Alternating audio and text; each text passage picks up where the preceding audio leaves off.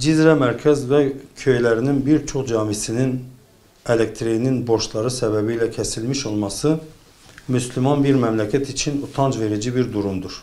Evet. Bu durumun baş sorumlusu devlet yetkilileridir. Çünkü devletin elinde hem çözüm imkanı hem de yetkisi vardır.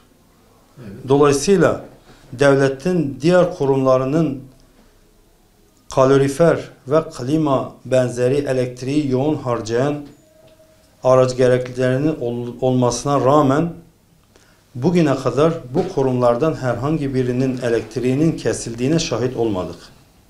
Devlet yetkilileri nasıl ki bu kurumlar için bir çözüm bulmuşsa camiler için de aynı çözümü bulmak zorundadır.